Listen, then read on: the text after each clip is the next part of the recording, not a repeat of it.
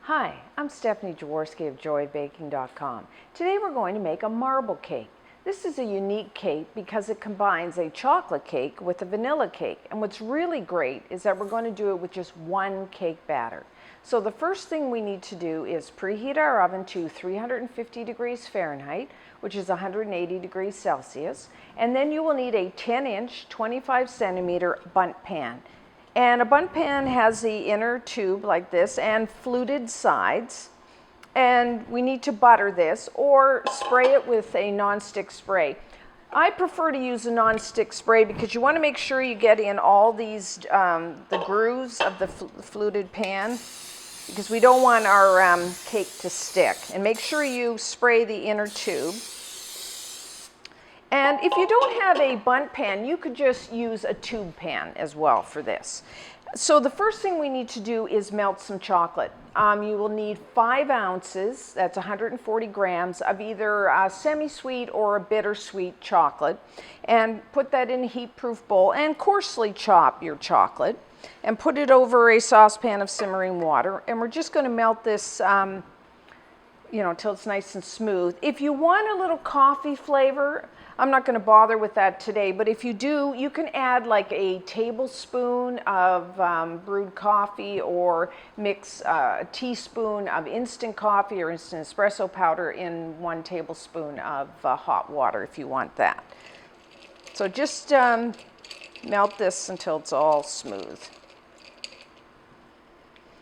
Okay, so our chocolate is melted. So just remove it from the heat. Give it a quick stir. And then I'm just going to put this aside because what we want to do is let this cool to room temperature, and next we'll start the cake batter. So now for the batter. If you have an electric stand mixer like I have here, use a paddle attachment, or you could use a hand mixer. So the first thing you need is 3/4 of a cup, that's 170 grams of butter, and have that at room temperature.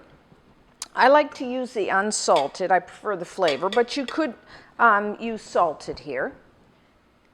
And then I'm just going to beat this just until it gets creamy and smooth, like maybe a minute or so.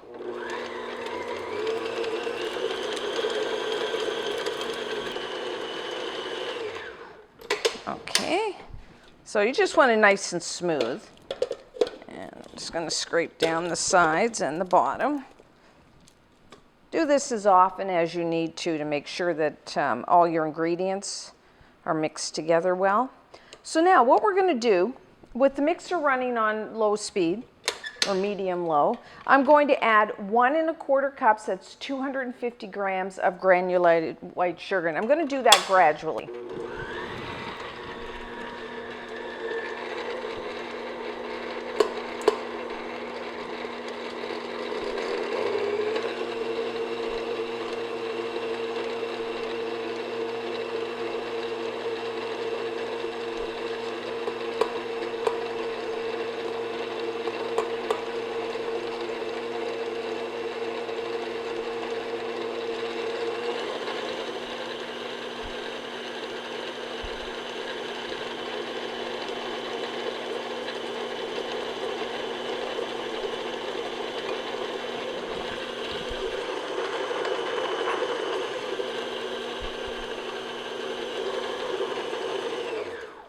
So now I'm just going to scrape everything down.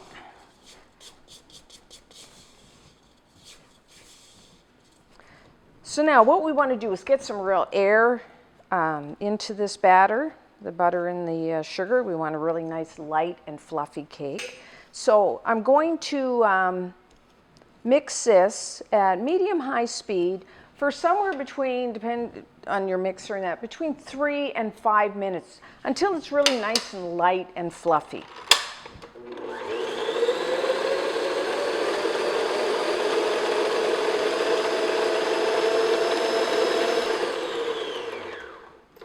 Okay, that looks good. So as you can see, it's really nice and light. It's creamy, it's fluffy. Got lots of air in the batter so that want a really nice, light and fluffy cake. That's how you get it. So next, we're going to add 3 large eggs, and we're going to add them one at a time, beating one in and then the next and the next. And have your eggs at room temperature. So I'll just put one in here.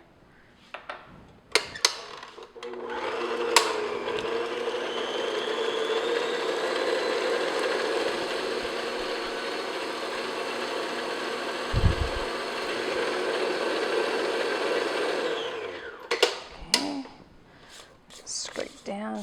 Now, if you have a little curdling of the batter, don't worry. That'll all smooth out once we add the dry ingredients. Next egg. Whoop, added them both. Oh well, we'll just beat it a little longer if that happens.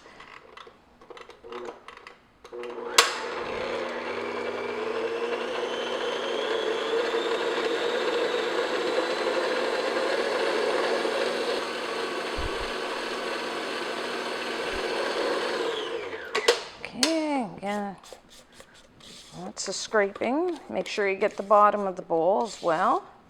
And then we're going to add now 1½ teaspoons of vanilla extract, and try to use a pure. It has better flavor than the artificial ones. And along with that, I'm going to add 1/3 cup, it's 80 milliliters of, you can either use sour cream or a full fat plain yogurt if you want to use that, either one. And have your sour cream or yogurt at room temperature. And I'm just going to beat that in.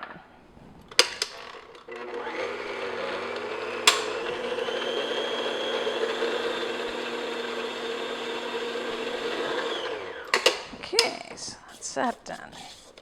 Not too hard. So now for our dry ingredients. In a separate bowl, I have 2 1/4 cups, which is 295 grams of all-purpose flour. Or you may know that as plain flour. And to that, I'm going to add 2½ teaspoons, of baking powder, 1/4 teaspoon of baking soda, and 1/2 teaspoon of salt. Now, if you use salted butter, I would probably leave out that salt. You don't really need it. And then you can either sift, or I'm going to just use a wire whisk and mix that all together. You want to make sure that especially that baking powder and the baking soda is really mixed into the flour. You get a little air in that too. If you have a sifter, you could use that, or a strainer. Okay. Now we're not going to add all the flour all at once because they'll fly up in our face, and it takes so long to mix it in. So we're going to add the flour in 3 additions, and we're going to alternate that with 1/2 cup, that's 120 milliliters of milk. You can use either a full fat milk or reduced fat, I'm using a 2% here, either one. So I'm going to add just about 1/3 of the flour. And always start your mixer on low speed because you don't want that flour coming up, and then you can increase it as it starts to mix in.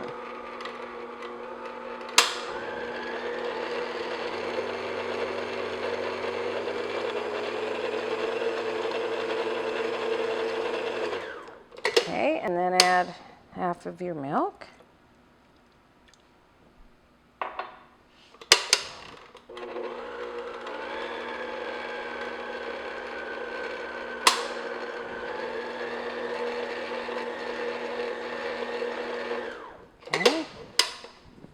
You don't want to mix too much. You just want to mix it until it's all incorporated. That's it, and then stop.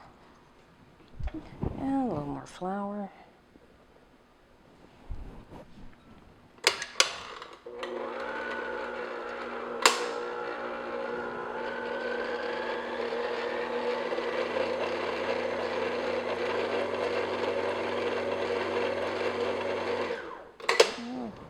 Rest of our milk.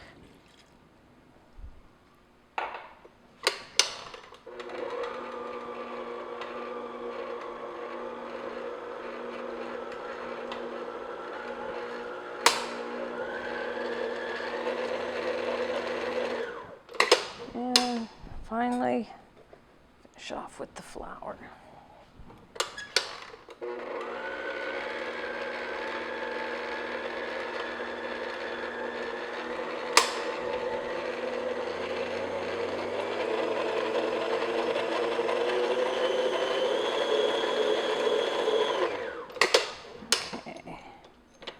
I'm just going to finish it off and mix that last bit of flour by hand.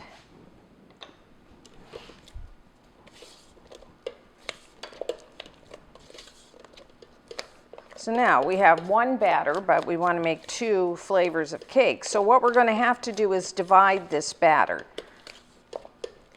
because we have to, remember we melted that chocolate, so now we got to fold it into part of the batter. Now, you can do this, you have 2 bowls, like I'm going to have here, and you want a little more than a half in one bowl, because that will be our vanilla. And then for the little less than a half of the batter, we're going to fold in that melted chocolate. You can do that, just eyeball it. If you have a scale like I have here, that's a really great way, because you can really be quite accurate. You can just weigh it, and then you can, easier sometimes than having to just guess.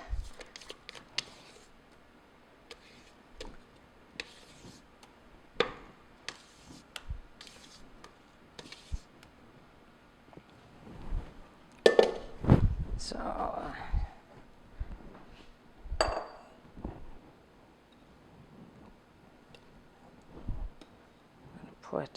divide it.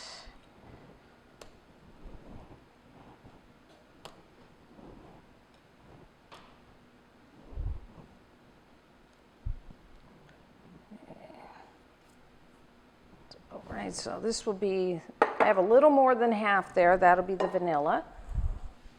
And then what I'm going to do, now you could just put this back in your mixing bowl and mix the chocolate in with your mixer. I'll just do it by hand. So just add, now we did cool the chocolate a little bit, because we don't want to put hot chocolate on our batter, it would end up melting it. So that's why we did that first and let it cool. And then just mix it in. Now I used more of a bittersweet chocolate, because I want a really quite a sharp flavor of chocolate, contrast that with the vanilla. And I think I forgot to say that if your bundt pan or tube pan or whatever is a dark color, if you notice mine is a light color, but if you're using a dark colored bundt pan, reduce your oven temperature to 325 degrees Fahrenheit or 165 Celsius. Because if you have a dark color, that will cook faster. So we got to reduce that heat a little. Okay, so now's the fun part. We have your chocolate, and we have our vanilla, and we have our pan. So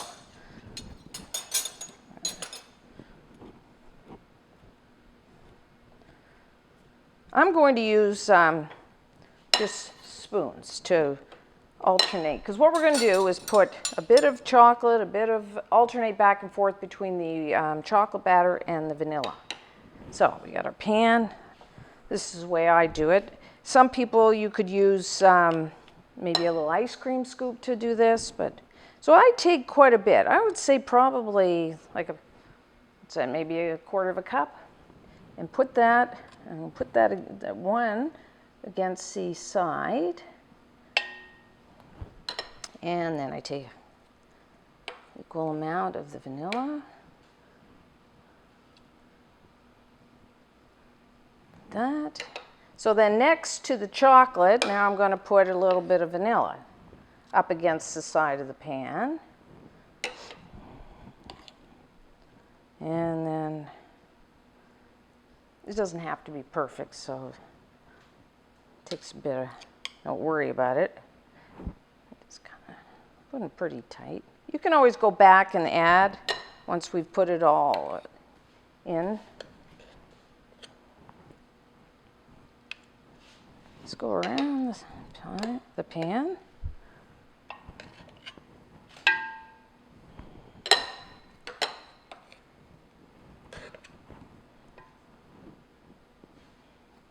Okay, so there we have it. So once you do that, then you can either take, like I have a wooden skewer here, or you could even take a knife. And then we just want to kind of swirl the two together. I'm just making like circles.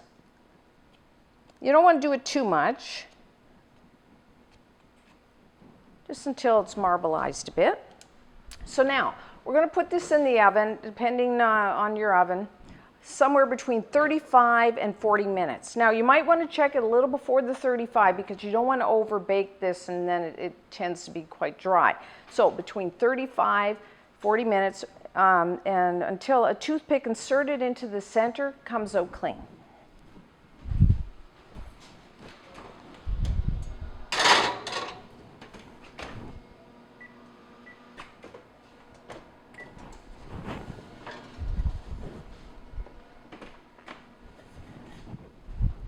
Okay, our marble cake is now done. As you can see, it's risen very nicely, and if you take a skewer and insert it into the center, it will come out clean. So now what we're going to do is let this cool somewhere between 20 and 30 minutes, and then I'll show you how to take it out of the pan. So now we'll remove the marble cake from the pan. The first thing I like to do is just take either a flat edge spatula like this or a knife and just run it around the inside the pan here, just to make sure that our cake isn't sticking, because we don't want to leave part of the cake attached to the pan. So just, and then also around the inner core here, just to make sure. Okay, looks good. So then just take another rack and like that, and flip it. And there we have it. So there we have our marble cake. Now normally I would let it cool a little more before I cut it, but since we need to see what it looks like, just take a sharp knife.